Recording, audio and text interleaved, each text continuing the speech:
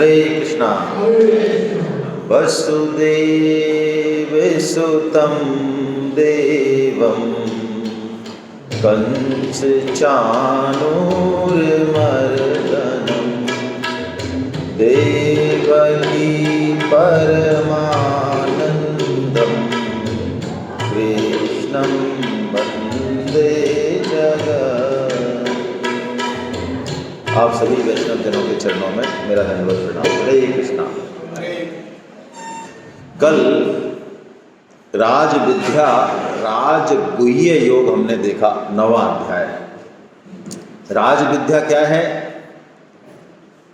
ब्रह्म को हम जान लें, उसका अनुभव कर लें, भगवान का बोध हमें हो जाए, जो भगवान को प्राप्त करा दे, वही राज विद्या, जिसको कि एकाक्षरी विद्या, ब्रह्म विद्या भी कहते हैं।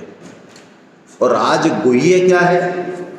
राजगुह्य है कि जो भगवान त्रिलोकी के स्वामी हैं, मालिक हैं, अनंत ऐश्वर्य जिनके पास है, वो भगवान जीव मात्र को प्राप्त हो सकते हैं, मनुष्य मात्र को वो प्राप्त हो सकते हैं और बड़ी सरलता से प्राप्त हो सकते हैं।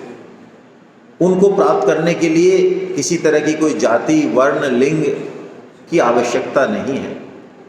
ऐसा जानना ये राजगुह्य है। भगवान ने इस राज विद्या और राजगुह्य का वर्णन किया 9वें अध्याय में। और स्पेशली कौन बात कर रहे हैं? 9.4 और 5 में जो है इसका वर्णन किया। 9.4 और 5 में भगवान ये कहते हैं कि मैं इस संसार में व्याप्त भी हूँ और नहीं भी हूँ, सभी प्राणियों में मैं हूँ और मैं नहीं भी हूँ, ऐसा भगवान कहते हैं। सबसे कठिन श्लोक माने जाते हैं 9वें अध्याय के 4थे और 5वें। उसमें राज विद्या राजगुह्य योग का नाम कहा। भगवान अपनी ही बात को काट देते हैं। कहते हैं मैं सब में हूँ, फिर कहते हैं कि मैं नहीं हूँ। तो कहते हैं सब प्राणी मुझ में है, फिर कहते हैं नहीं है। ऐसा कहते हैं भगवान। 4 चीज़ें कहते हैं जो कि आपस में कटती हैं एक दूसरे से। क्या मतलब है? इसको बहुत अलग अलग तरीके से समझाया जा सकता है। हम बहुत सरल तरीके से इसको समझने की कोशिश करेंगे, है ना। सेठ जी महाराज ने और स्वामी जी महाराज ने इसको बादल के उदाहरण से समझाया, है ना। वायु के उदाहरण से गीता में भी समझाया है। जैसे आकाश में बादल हैं, लेकिन बादल नहीं हो तो भी आकाश तो रहेगा। ऐसे ही प्राणी मात्र भगवान में है, लेकिन ये जीव जब नहीं रहता तब भी भगवान तो रहेंगे। तो एक एंगल से तो वो कहते हैं और दूसरे एंगल से कहते नहीं है। दूसरी तरीके से क्या कहते हैं? हम लोग विनाशी मानते हैं अपने आप को। है नहीं हम विनाशी, लेकिन मानते हैं अपने आप को विनाशी मान लेते हैं, यानी मरने और जन्मने वाला मान लेते हैं। लेकिन भगवान ऐसे नहीं है। तो इस एंगल से भगवान कहते हैं तू है तो मेरा ही अंश, इसलिए मेरे में तो है ही और मैं तेरे में हूँ, लेकिन तू अपने आप को जन्मने और मरने वाला मान लेता है। तो इस एंगल से देखा जाए तो जो है तू मेरे में नहीं है, वो विनाशीपना मेरे में नहीं है। कहने का मतलब भगवान ये कहते हैं। इसको बहुत से उदाहरणों से समझाया। बड़ी कठिन चीज़ है, इसलिए मैं 1-2 उदाहरण और देता हूँ, फिर हम आगे चलते हैं। जैसे मिट्टी में सारे बर्तन हैं, है ना। मिट्टी से तो बनते हैं और बर्तनों में मिट्टी है ना। लेकिन बर्तन नहीं रहता, मिट्टी रह जाती है ना। तत्व रह जाता है। जैसे सोने के गहने हैं और सोना है, तो सोने के गहने तो हो सकता है रहें ना रहें, लेकिन सोना तो हमेशा रहेगा। तो जो वो तत्व है जो हमेशा रहता है, जो नाम रूप हम देखते हैं, नाम रूप मतलब किसी चीज़ का नाम है या कोई रूप है। संसार का यही मतलब है। संसार का मतलब क्या है? उसमें कोई ना कोई रूप होगा या उसका नाम होगा, लेकिन तत्व का कोई रूप और नाम नहीं होता, वो इनसे परे है। जैसे हार का तो एक रूप है, नाम भी है, लेकिन हार नहीं रहे तब क्या रहेगा? तब भी कुछ ना कुछ तो रहेगा। बस वही तत्व है, वो सोना तत्व है, स्वर्ण तत्व है। उसकी तरफ हमारी निगाह कैसे हो, वो भगवान यहाँ हमको बता रहे हैं।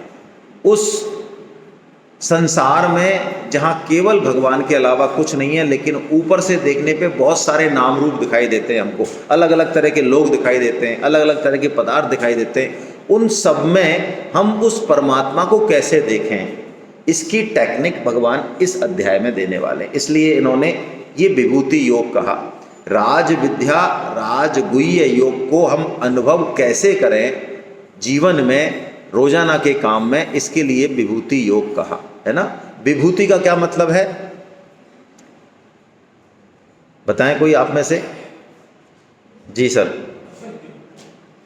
ऐश्वर्य। भगवान जहाँ विशेषता से प्रकट हैं, जहाँ हमें दिखे भगवत्ता, जैसे हम धाम में खड़े हो जाएं जगन्नाथ जी के सामने तो हमें एक अलग तरह का आनंद, एक अनुभूति होती है ना। भगवान तो यहाँ भी प्रकट है, हम हाथ धो रहे हैं यहाँ भी भगवान प्रकट है, वो भगवान का दूसरा रूप है, लेकिन यहाँ हमको भगवान नहीं दिखेंगे आसानी से। जगन्नाथ जी को हमें भगवान दिख जाएंगे वहाँ पर। तो विभूति मतलब जहाँ भगवान का ऐश्वर्य प्रकट है विशेषता से, जहाँ हमें भगवान का भाव आता है, जहाँ हम भगवान को अनुभव कर सकते हैं। ठीक है, ये विभूति है। तो भगवान यहाँ पे 82 विभूति बताएंगे इस अध्याय में, जहाँ भगवान को हम देख सकते हैं, हम सोच सकते हैं अच्छा भगवान कैसे हो सकते हैं, ऐसे हैं क्या।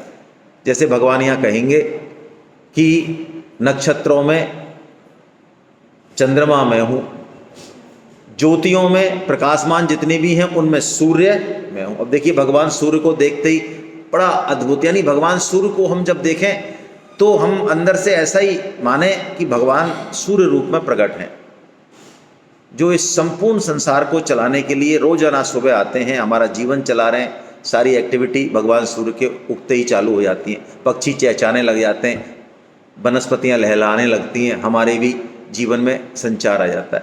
तो यानी जैसे जल है, भगवान कहते हैं जल में रस में हूँ, तो जब हम जल को ग्रहण करें तो हमें भगवान का स्मरण हो जाए, देखो ठाकुर जी मेरे गले को स्पर्श कर रहे हैं। ये विभूति योग बताने के पीछे यही कारण है जो भगवान बताते हैं कि मैं क्यों बताऊंगा तुझे विभूति योग। विभूति योग को जानने के बाद क्या फायदा होता है वो भगवान यहाँ फायदा बता रहे हैं। क्या फायदा है, आइए श्लोक का वाचन कर लेते हैं। सुबह सुबह क्लास शुरू हुई है, संस्कृत का वाचन कर लेते हैं। एतां विभूति योगं च मम यो वेत्ति तत्वता सोऽविकम्पेन योगेन युज्यते नात्र संशयः। भगवान कहते हैं जो मेरे विभूति और योग को तत्व से जान लेता है, तत्व से। विभूति का मतलब समझ में आ गया। योग वो ताकत है भगवान की जिससे उनका ऐश्वर्य प्रकट होता है। ठीक है, तो तत्व से कोई जान लेता है तो भगवान कहते हैं फिर वो अविचल भक्ति योग से युक्त हो जाता। अविचल मतलब अभी देखिए हमारे अंदर यहाँ बैठे हैं तो भगवान के भाव आ रहे हैं, बड़ा सात्विक भाव है अंदर, और संसार में चले जाएंगे, दुकान पे बैठ जाएंगे, कहीं और कुछ करने लग जाएंगे तो ये वाला भाव, यानी हमारा कोई हमें दुष्ट आदमी दिख जाए, कोई हमारे नुकसान हो जाए तो हमारा भगवत भाव नहीं रहता है, हम विचलित हो जाते हैं। लेकिन विभूति योग को जानने से भगवान कहते हैं अविचल भक्ति योग हो जाएगा हम में। अविचल मतलब हमारे अंदर कभी विचलन 24 घंटे। क्या बात है, ये तो बहुत अच्छी बात है। तो अर्जुन को भी पसंद आई भगवान की ये बात, इसलिए अर्जुन कहते हैं भगवान से बताओ बताओ जल्दी मेरे को, फिर तो आपकी विभूतियां सारी बताओ फटाफट। अच्छा, अब तत्व से जानना क्या है इसको देखें। यहां लिखा तत्व से जान लेता है। अब हमने जान लिया कि सूर्य भगवान का ही रूप है, जल में रस भगवान ही है, तो ये तो जान लिया हमने। तो तत्व से जानना क्या है, कोई बताएगा? तत्व से जानना क्या है? देखो बाजरी होती है यहाँ पे, बाजरी उड़ीसा में होती है, तो किसान जो है बाजरी का बीज बो देता है ना। बाजरी का बीज बो देगा, थोड़े दिन बाद वो बीज अंकुरित हो जाता है, फूट जाता है और पौधा आ जाता है। अभी उस पौधे में बाजरी का एक भी दाना आया नहीं है, अभी तो वो बिल्कुल ग्रीन है, ग्रीनिश है एकदम। तो कोई उससे पूछता है कि भाई ये किसी खेती है, तो वो क्या कहेगा, बाजरे की खेती है। और कोई हमारे जैसा आदमी उसने कभी खेती नहीं की हो, वो कहता है इसमें बाजरी तो है ही नहीं यार, ये काहे की बाजरे की खेती है, कहाँ है बाजरा, अभी इसको काटें पीटें इसका जूस निकालें मिक्सी में, तो कहीं बाजरा दिख रहा है। लेकिन किसान को पक्का पता है कि बीज भी बाजरी का था, बीच में चाहे बाजरी नहीं हो लेकिन अंत में बाजरी ही रहेगी, बाजरी ही आने वाली। अब देखिए, ये संसार प्रकट होने से पहले एक भगवान ही हैं, भगवान ही थे, कोई दूसरा था ही नहीं, एक ही तत्व था। एको हम बहुश्यामी, ये श्रुति वचन है भगवान का, एको हम बहुश्यामी, मैं अकेला हूं। संकल्प से भगवान अनेक रूपों में प्रकट हो गए, 84 लाख योनियां बना दी, मनुष्य योनि बना दे, एक एक योनि में करोड़ों अरबों जीव बना दिए भगवान ने, सृष्टि बना दी। तो जब बीज रूप में भगवान है और अभी ये सृष्टि रूप हो गया, इतने सारे डिफरेंट डिफरेंट डिफरेंट नाम रूप हो गए, और अंत में भी क्या होने वाला है, ये सब भगवान ही रहने वाले हैं। तो बीच में क्या होंगे, यदि बीज भगवान है और अंत भगवान है तो बीच में भी क्या होंगे, सब भगवान ही हैं। हमको चाहे दिखें चाहे ना दिखें, वो ना दिखने ना दिखने की समस्या हमारी है। जैसे मेरे को बाजरी नहीं दिख रही उस पौधे में, लेकिन तत्वज्ञानी को, किसान को पता है कि ये बाजरी का रूप बदल गया, इसका आनी इसमें बाजरी है ये बाजरी ही। ये कहते हैं तत्व से जानना, ऐसा कोई समझ ले। संतों को कोई दुष्ट आदमी संसार में दिखता नहीं, क्या दिखता है, नहीं दिखता। आप कहेंगे वो तो दुष्ट है ही, क्यों नहीं दिखता, अरे दुष्ट है ठीक है, अभी वो गलत काम कर रहा है, गलत व्यवहार है, कब तक, शुरू से तो ऐसा नहीं था, अंत में भी नहीं रहेगा। तो उसके अंदर जो 24 कैरेट गोल्ड है, कौन, ठाकुर जी बैठे हैं उसके हृदय में, संत की दृष्टि उस पर जाती है 24 कैरेट पे, और हमारी दृष्टि किस पे जाती है, उस पे 1 ग्राम पे जाती है, जो टेम्परेरी, जो उसकी कमजोरी है, हमारी दृष्टि उस तो ऐसा है ना। आपने देखा होगा ना, एक कथा सुनी होगी ना कि द्रोणाचार्य जी ने युधिष्ठिर और दुर्योधन की परीक्षा ली, तो दुर्योधन को भेजा पास के एक गांव में कि जाओ इसमें से 5 अच्छे आदमी ले आओ गांव में जाके। तो युधिष्ठिर पूरे गांव में दिखाया और खाली हाथ आ गया। उन्होंने पूछा, लाए नहीं 5 आदमी, अरे 5 कहाँ से लाते, एक ढंग का आदमी नहीं है, 5 ले आओ, कहाँ से लाते 5, सारे निकृष्ट लोग हैं, एकदम घटिया लोग हैं, कोई खाड़ा है, कोई तिरछा है, कोई क्रोधी है, कोई कैसा है।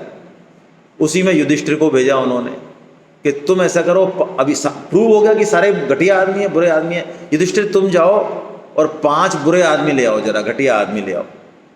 युधिष्ठिर भी खाली हाथ आ गए। युधिष्ठिर ने कहा भाई तुम भी खाली आ, गुरुदेव ने कहा, उन्होंने कहा गुरुदेव सब में, सब भगवान के रूप है, सब में कोई ना कोई अच्छा ही है, ऐसा मुझे बुराई कहीं किसी में दिखी ही नहीं, सब इतने अच्छे अच्छे लोग हैं, भगवान का क्रिएशन है, सब कृति है भगवान की। तो अब आप ये बताओ कि उस गांव में कैसे आदमी रहते हैं, अच्छे रहते हैं बुरे रहते हैं।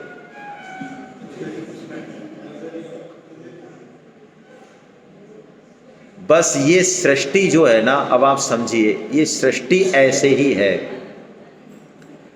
हमको दूसरे की बहू बड़ी अच्छी लगती है, कितनी सुशील है, कितनी सुंदर है, तो कुछ नहीं बोलती, कितनी सेवा करती है ना, और उनको हमारी अच्छी लगती है। अब पता नहीं अच्छी कौन सी है और बुरी कौन सी है, हैं? ये दृष्टि भेद है, दृष्टि बदलते ही सृष्टि बदल जाती है। बिल्ली को देखा है आपने, बिल्ली के दांत जो होते हैं ना, पंजे जो होते हैं, चूहे को कहीं देख लेती है कोने में, तो एक पंजे में उसको फाड़ देती है, वो चूहे को ख़त्म कर देती है, दांतों से खा जाती है। लेकिन वही बिल्ली जब अपने बच्चे को ट्रांसफ़र करती है कहीं सिक्योरिटी वाली जगह पे, बिल्कुल दुधमुहा बच्चा है, अभी इतनी मुलायम स्किन है कि आप भी हाथ लगा दो तो कट लग जाए उसके, इतना मुलायम स्किन होती है बच्चे की, बिल्ली की। लेकिन बिल्ली उसको अपने जबड़े में पकड़ती है, मुंह में, और छलांग मारते हो उसको ठीक जगह पे रख देती है। तो आपको क्या लगता है जब उसको मुंह में दबा के ले जाती है तो गर्दन वर्दन कट जाती होगी उसकी? ये संसार भी कुछ ऐसा ही है। यदि हम भगवान की बात माने, भगवान का काम करें, तो ये संसार हमारे लिए भगवत स्वरूप हो जाएगा। दुखालय है ये, कोई डाउट नहीं है, खत्म करेगा हमको, तनाव देगा, दुख देगा, इसमें कोई संशय नहीं है, लेकिन ये भगवत स्वरूप हो जाएगा। और यदि हमने इससे सुख लेने की इच्छा की, मनमाना तरीके से इस संसार को जिया, तो ये दुखालय हो जाएगा हमारे लिए। वही संसार है, एक ही संसार है। ये टेक्निक भगवान इस विभूति योग में हमको दे रहे हैं। तो अर्जुन कहते हैं महाराज बताओ, है ना? तो भगवान बताते हैं देखो, जो विभूति योग को जान लेता है ना, वो मेरा ही भजन करता है। भजताम प्रीति पूर्वकम तेषाम सतत युक्तानाम। सतत युक्तानाम मतलब अब वो देखिए भोजन कर रहा है, तो वो गीता ज्ञान मंदिर में आया, तो वो दुकान पे बैठ गया, तो वो शाम को पत्नी के साथ है, तो माँ के पास बैठा है, तो बिस्तर पे है, तो सतत युक्तानाम भजताम प्रीति पूर्वकम। कितनी बढ़िया बात। भजन क्या है? भजन का स्वरूप क्या है बताइए कोई? हम कहते हैं ना हम भगवान का भजन कर रहे हैं, तो भजन वास्तव में क्या है? कोई क्रिया है क्या भजन? स्मरण करना, ठीक है। देखिए भजन जो है ना, रसनम स भजनम, रसनम है भजन, जिसमें रस आए ना, और रस हमेशा ठाकुर जी में आ सकता है, प्रेम में आ सकता है। माँ जिसका शिशु घर पे है और वो किसी काम से गई है, ऑफिस गई है, कहीं गई है, तो उसको अपने शिशु की याद करनी नहीं पड़ती। उसको शिशु हमेशा पूरे दिन याद ही है। ऑफिस में चाहे कुछ भी करती रहे, कितनी भी फाइल निकाले, कुछ भी करे, लेकिन शिशु याद है। जाएगी तो शिशु को सबसे पहले संभालेगी। ऐसे ही भक्त किसी भी परिस्थिति में हो, संसार में किसी भी परिस्थिति में हो, उसको भगवान की याद करनी नहीं पड़ती, उसको भगवान याद आते हैं। क्यों आते हैं? क्यों आते हैं? इसलिए आते हैं कि भगवान से उसकी प्रीति है। तो मतलब क्या रहा? भजन क्रियता नहीं है। हम प्राय भजन को क्रिया मान लेते हैं, भजन प्रियता है। आपकी जिससे प्रीति है उसका भजन स्वतः होगा। क्रिया हम करेंगे अवश्य, जैसे माला करेंगे, पूजन करेंगे, सेवा करेंगे, क्रिया करेंगे, ऐसा नहीं क्रिया नहीं करेंगे, लेकिन वास्तव में भजन क्रिया नहीं है। क्रिया में तो वो प्रकट होगा। भजन क्रिया के पीछे जो प्रियता है ना, भगवान हमें अच्छे लगे, प्रिय लगे। भाई देखो, आप छत पे खड़े हो, नीचे जुलूस निकल रहा है, तो आपको उसमें अपने पति देव दिखे मान लो, या अपना बच्चा देखे, चलो, तो कैसा लगता है? देखो वो हो रहा, अरे भाई 1000 आदमी हैं, वही कोई ज़्यादा खूबसूरत है क्या? लेकिन जिसको अपना मानते हैं ना, वो अलग दिखता है। जिसको अपना मानते हैं, जगन्नाथ जी हमारे हैं, जिस दिन ये भाव हो गया, जगन्नाथ जी अलग दिखेंगे। फिर ये भजन है, ये प्रियता है। प्रियता तब होती है जब हम अपनापन करते हैं किसी से। हमने ठाकुर जी को तो अपना माना नहीं, और भजन कर रहे हैं, और फिर कहते हैं मन नहीं लगता।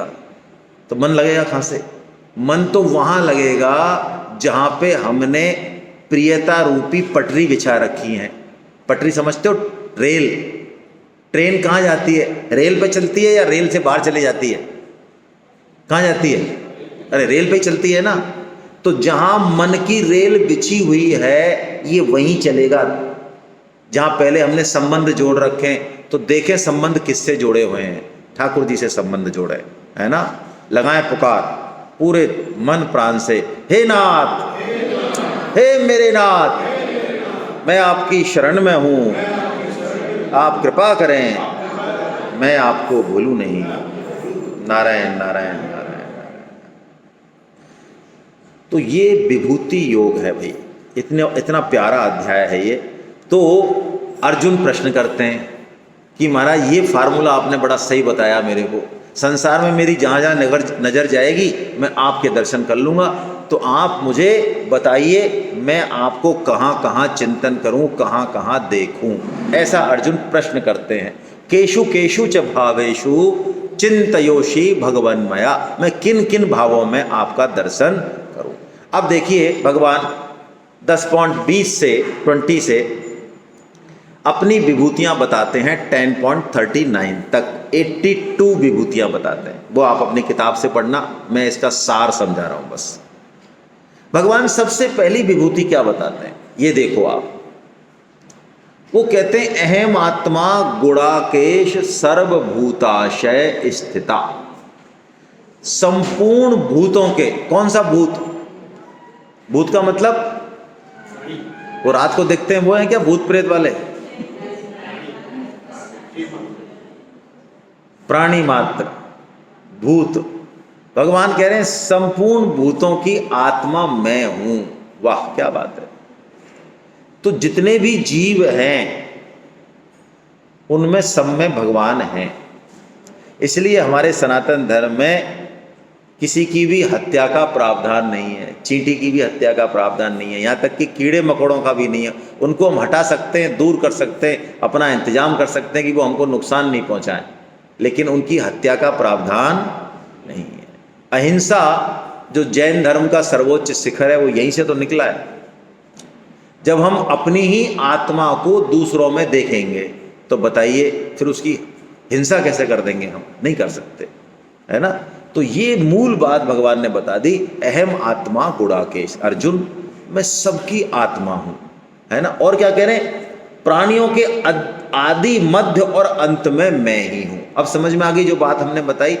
सब प्राणी भगवान से पैदा हुए हैं, अभी भी भगवान के रूप ही हैं और अंत में भगवान को ही मिलने वाले हैं। इस बात को हम समझ लें। और यहाँ भगवान ने सार रूप में बताया कि चर अचर जो भी इस संसार में है सब मेरा ही रूप है, सब मेरे से ही पैदा हुए हैं अर्जुन, ऐसा भगवान कहते हैं।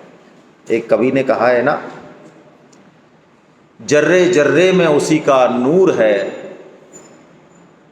तू झांक कर देख उसे वो ना तुझसे दूर है, और इश्क करना है उससे तो सबसे प्यार कर, इबादत का बस यही दस्तूर है।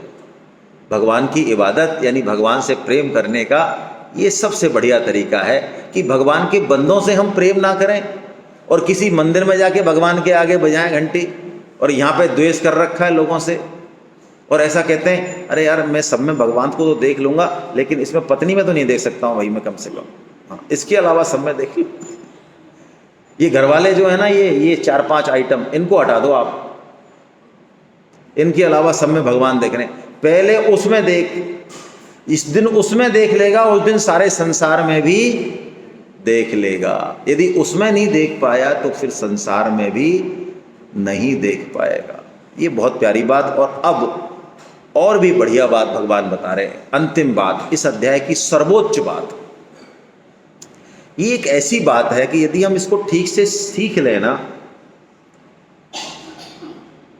तो ये जो हम आसक्ति कर लेते हैं ना सभी जगह, आप बुरा मत मानना, हमारी आसक्ति की आदत इतनी गहरी है कि हमको गुरु भी मिलते हैं ना तो हम गुरु की भी टांग पकड़ लेते हैं, उसको भी नहीं छोड़ने वाले हम। टांग पकड़ना नहीं छोड़े जब तो अच्छा है, मतलब हम अपने मतलब उनसे भी निकलवा लेते हैं। गुरु के पास हम जाएं और गुरु हमको थप्पड़ मार दे या हमारा अपमान कर दे तो हमारी हिम्मत है क्या जाने की दोबारा? बताओ। यानी गुरु से भी हम क्या चाहते हैं?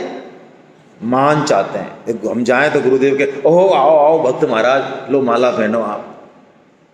तो जितने सारे संबंध संसार में बना रखे हैं उनसे कल्याण नहीं हुआ, तो ऐसे गुरु से भी संबंध बना लिया, कौन सा कल्याण होगा?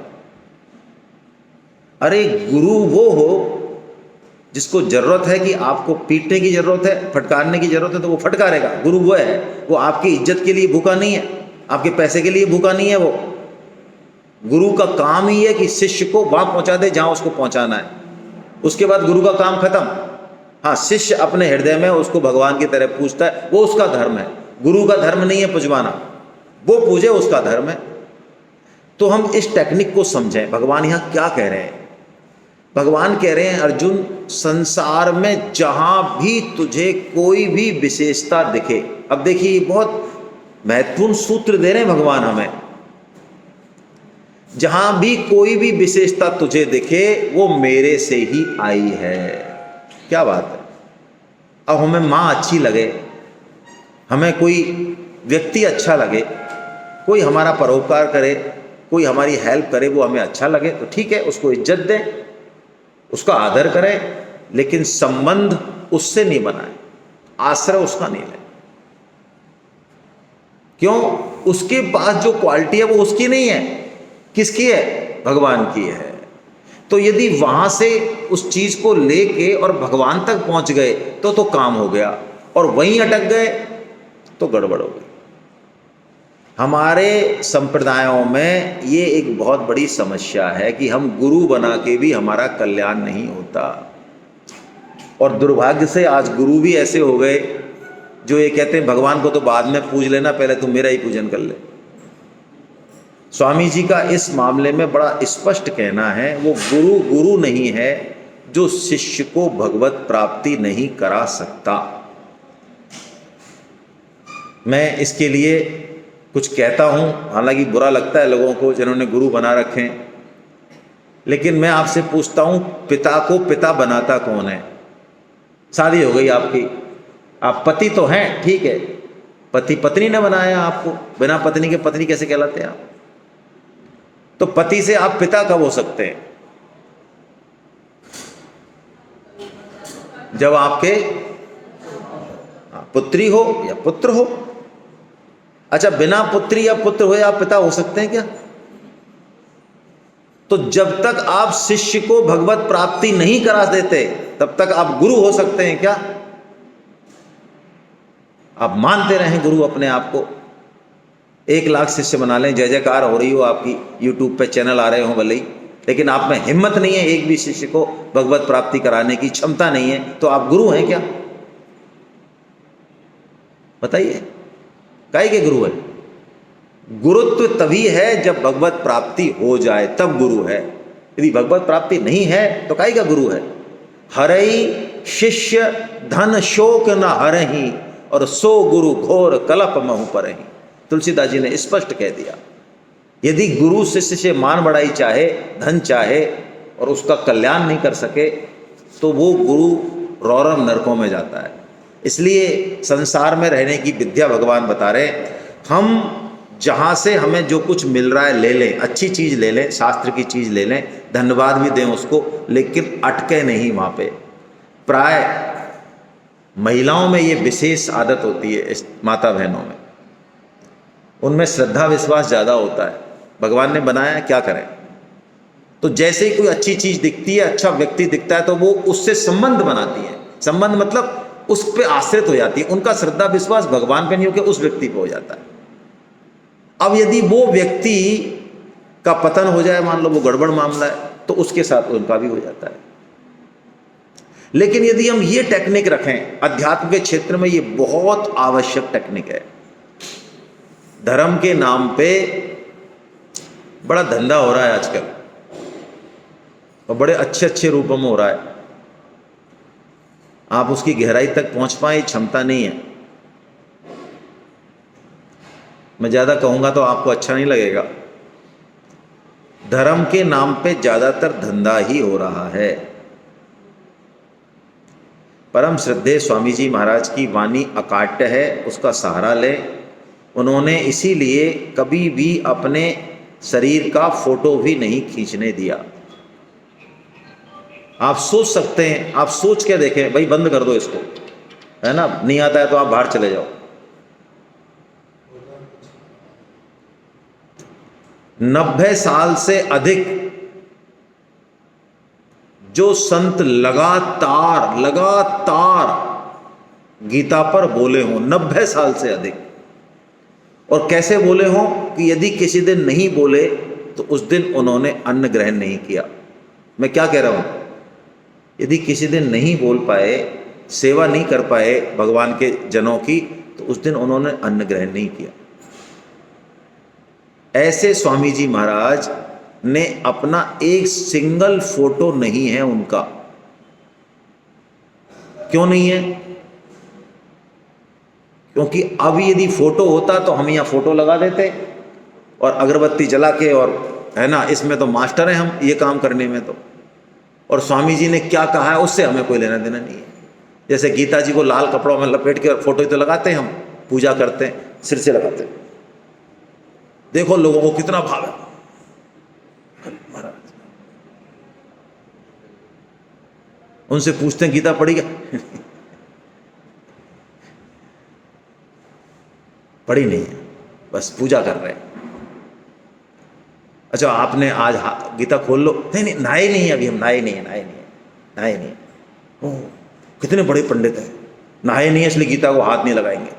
अच्छा अभी को गड्डी दे जाए कोई 1000 2000 के नोटों की, तो उसे कहते हैं तू ऐसा करना बाद में आ जाना यार, हम नहाए नहीं है, तू बाद में दे जाना, है ना। तो जिससे लाभ मिले ले लें, चिपके नहीं वहां पे। इस बात को नोट करें, स्पेशली माता बहनें तो स्पेशली इस चीज को देखें अच्छे से, है ना।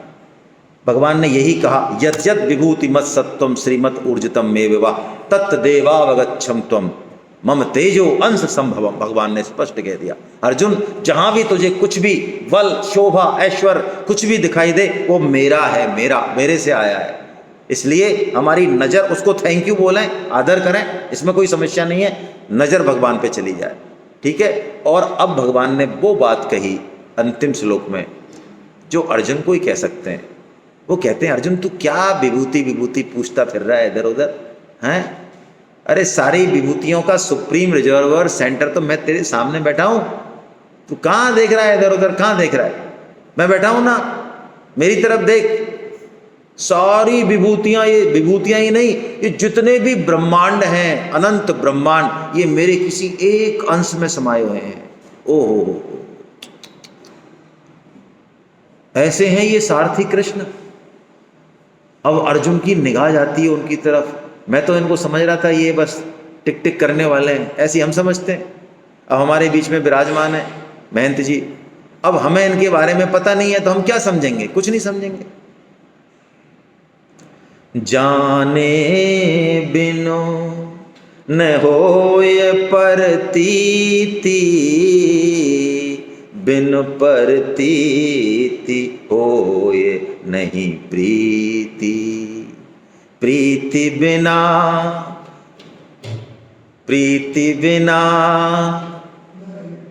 नहीं भगति दृढ़ाई।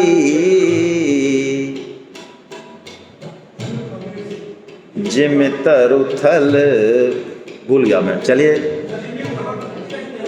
जिम थल तरु कब हुए की जाएं, हाँ कब हो की जाएं, जिम थल। बहुत बढ़िया, बहुत बढ़िया, प्रणाम आपको। तो देखिए जैसे अब ये हमारे बीच में आके बैठे, मैं उदाहरण दे देता हूँ इन्हीं का ही। महन जी आए, ठीक है, हमने देख लिया भगवान वैष्णव वेश है तो प्रणाम कर लिया, ठीक है, इतना ही तो हुआ बस। अब कोई कहे आपके बारे में, अरे ये महन जी है ना, ये रामायण के प्रकांड विद्वान है, ये इतना बढ़िया रामायण सुनाते हैं, रामचरितमानस की, लोगों को आनंद आ जाता है और इनको सारे गीता के श्लोक याद हैं, उन्होंने वहाँ पे हमने इसका प्रवचन अटेंड किया था और ये ऐसे हैं, ये वैसे हैं। तब हम कहेंगे अरे महाराज नमस्कार। पहले तो हमने क्या किया, नमस्कार महाराज।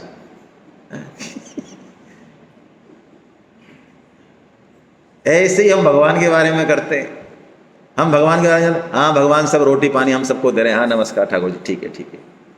तो यहाँ श्री कृष्ण बता रहे हैं अर्जुन को, अरे तू क्या समझ रहा है, ये अनंत ब्रह्मांड मेरे किसी एक अंश में है, ये सारे ब्रह्मांड। तब अर्जुन की दृष्टि खुलती है।